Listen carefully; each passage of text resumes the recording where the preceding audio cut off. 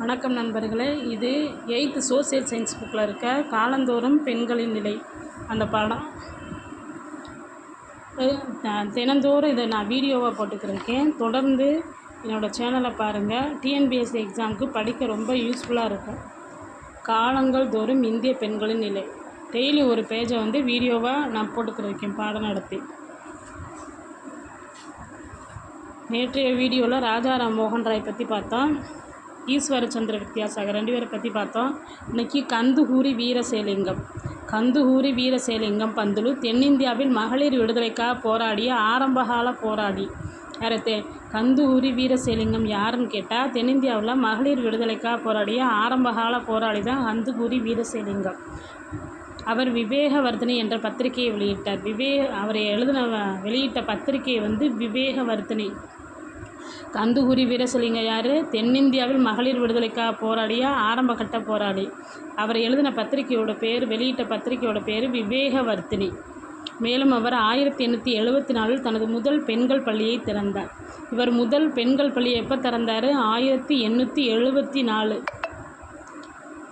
விதவை மறுமணம் மற்றும் பெண் கல்வி ஆகியவற்றை சமூக சீர்திருத்தத்திற்கான தனது திட்டத்தின் முக்கிய குறிக்கோளாக கொண்டார்.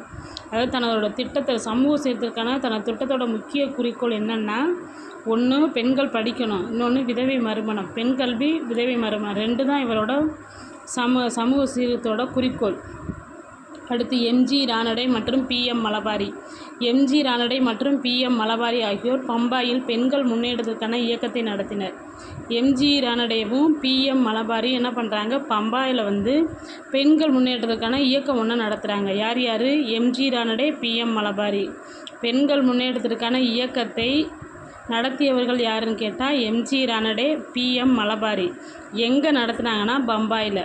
1869ஆம் ஆண்டில் ரானடே விதவை மறுமண சங்கத்தில் சேர்ந்து விதவை மறுமணம் மற்றும் பெண் கல்வியை ஊக்குவித்ததுடன் குழந்தை திருமணத்தை எதிர்த்தார். ரானடே எதில் சேர்றாருன்னா, விதவை மறுமண சங்கத்தில் எப்போ சேர்றாரு? 1869ஆம் ஆண்டு. சரியா?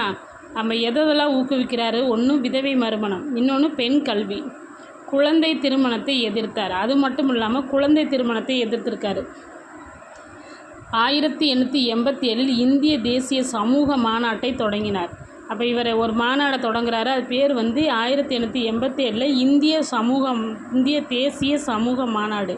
இப்போ இந்திய தேசிய சமூக மாநாட்டை தொடங்கியவர் யார்? எந்த ஆண்டுன்னு கேட்டால், அதுக்குரிய ஆன்சர் 1887ஆம் ஆண்டு எம்ஜி ரானடே அவர்களால் தோற்றுவிக்கப்பட்டதான் இந்திய தேசிய சமூக மாநாடு. அது சமூக சீர்திருத்தத்திற்கான ஒப்புயர்வற்ற நிறுவனமாக உருவானது. ஒரு பத்திரிகையாளரான PM மலபாரி 1884 குழந்தை திருமணத்தை ஒழிப்பதற்கான ஒரு இயக்கத்தை தொடங்கினார். துண்டு பிரசுரங்களை வெளியிட்டு நடவடிக்கை எடுக்குமாறு அரசாங்கத்திடம் வேண்டுகோள் விடுத்தார். PM மலபாரின்றவர் யார்? ஒரு பத்திரிகையாளர். அவர் என்ன பண்ணுறாருனா, குழந்தை திருமணத்தை ஒழிக்கிறதுக்காக ஒரு இயக்கத்தை தொடங்குறாரு. அப்போ அதுக்காக என்ன பண்ணுறாரு? துண்டு பிரசுரங்கள் அடித்து வெளியிட்டு நடவடிக்கை எடுக்க சொல்லி அரசாங்கத்துக்கு வேண்டுகோள் விடுக்கிறாரு. அப்போ எம்ஜி ரானடே என்ன பண்ணார்? எம்ஜி ரானடையும் PM மலபாரி 2 பேர்த்தை பற்றி சொல்லும்போது, எம்ஜி ரானடே பம்பாயில் பெண்கள் முன்னேற்றத்திற்காக ஒரு இயக்கத்தை நடத்துகிறாரு. அப்போ 1869 ரானடே விதவை மறுமண சங்கத்தில் சேர்ந்து விதவை மறுமணம் மற்றும் பெண் கல்வியை ஊக்குவிக்கிறாரு. குழந்தை திருமணத்தை எதிர்க்கிறாரு. 1887 தேசிய சமூக மாநாடை தொடங்குறாரு. 1869 விதவை மறுமண சங்கத்தில் சேர்ந்தவர் யாருன்னா எம்ஜி ரானடே. அதே மாதிரி இந்திய தேசிய சமூக மாநாடை எப்போ தொடங்குறாருன்னா 1887. அது சமூக சீர்திருத்தத்திற்கான ஒப்புயர்வற்ற நிறுவனமாக மாறுச்சு. அதே மாதிரி PM மலபாரின்றவர் யார்? அவர் ஒரு பத்திரிகையாளர். இந்த கொஸ்டின் கேட்பாங்க. PM மலபாரி யாருன்னு கேட்டால் பத்திரிகையாளர். 1884 குழந்தை திருமணத்தை ஒழிப்பதற்காக ஒரு இயக்கத்தை தொடங்கியவர் யார்? PM மலபாரி. அப்போ இந்திய தேசிய சமூக மாநாடு 1887 எம்ஜி ரானடே.